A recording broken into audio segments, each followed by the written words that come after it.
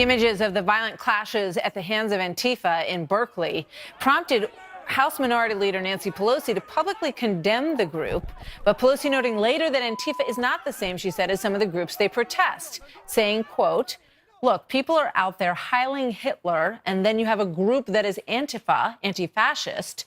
They've been there forever. Some people may have infiltrated them. We'll see, but that's not an equivalence in my view. Here now to respond, Mark Thiessen, an American Enterprise Institute scholar and Fox News contributor, and Jonathon Turley is a George Washington law professor. Welcome to both of you. Good to have you here. Good evening, Mark. I'm struck, Mark, by one of the images that we just had on the screen a moment ago, which is a big sign that says no hate. And the guy next to it has a black mask on and is wielding, a huge wooden stick at someone. There's a lot of contradiction here. Absolutely. I mean, the whole movement is a lie. I mean, look, first of all, they are not anti-fascists. They attack lots of people who are not neo-Nazis. You had on the other night 2 college students, college Republicans, who were chased by these people and attacked at a gas station by the protest. The woman who organized the protest in Berkeley that they just disrupted is a transsexual Trump supporter.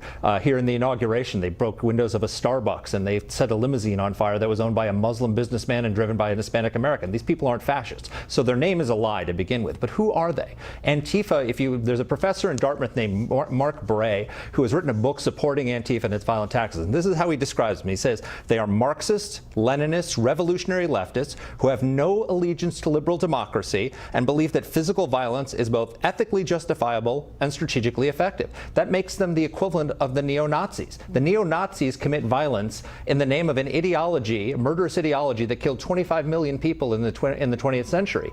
These people, Antifa, are neo-communists who commit violence in the name of an ideology that killed 100 million people in the 20th century. They are morally indistinguishable, and they need to be rejected by the Democratic Party, just like Republicans have rejected the neo-Nazis. Yeah, so it's like pick your favorite extremist, Hitler or Stalin, and you sort of see the intersection of the the background, the fundamental theories of these two groups. Jonathon Turley, do you agree with that?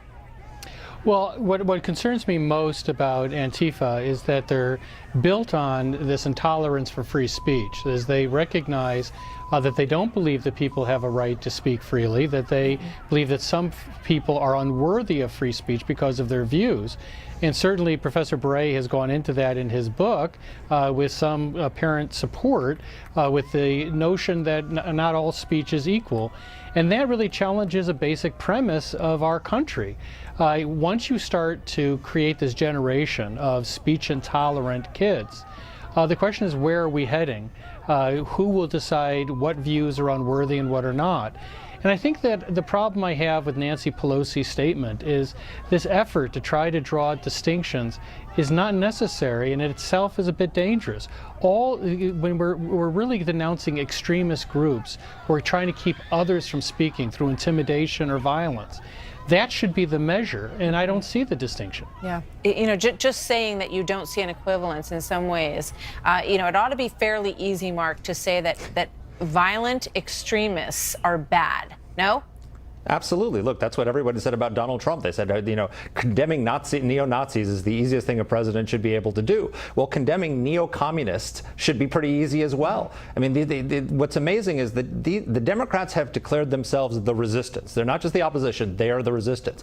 Antifa claims to be the pointy edge of the spear of that resistance. So it is incumbent on Democrats to make clear that they reject not just their violent tactics, but their ideology and their doctrines, just as it was incumbent on Republicans, and Republicans did make clear that they rejected the neo-Nazis and white supremacists. I mean, we're talking about sort of the tips of these two movements, and then when you go down the chain a little bit, Jonathon, you have regular college students, who think that they're on board something that is meaningful here. Why is that? That's what worries me. Is first of all, you have academics who've become enablers.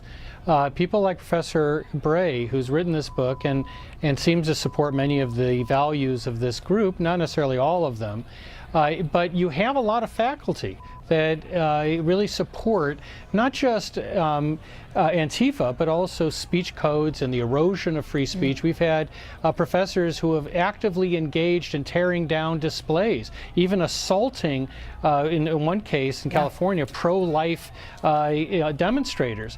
She wasn't fired. She was criminally charged, but the faculty stood behind behind her. And so what's troubling is that we're losing our sense of values that define us as academic institutions. Gentlemen, thank you very much. Mark and Jonathon, good to see you both tonight. So still ahead, shocking claims this evening that James Comey drafted his decision on the Clinton investigation before the FBI interviewed her and several other people that may have been involved. Byron York and Zappacanis lay it out for us coming up next.